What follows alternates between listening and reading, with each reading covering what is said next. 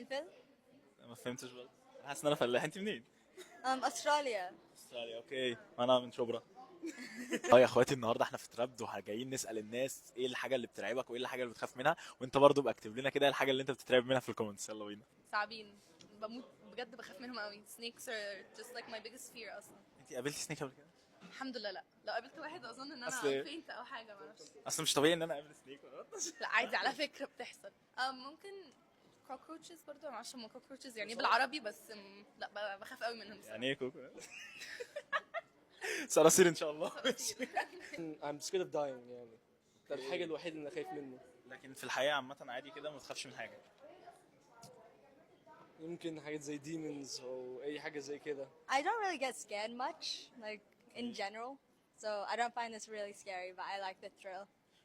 طب ما فيش حاجه معينه بتخافي منها؟ I got scared a bit of the crucifier, but that's it. انا ما فهمتش. Like- كملي.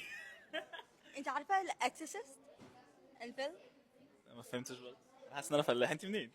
استراليا. استراليا. اوكي، انا من شبرا.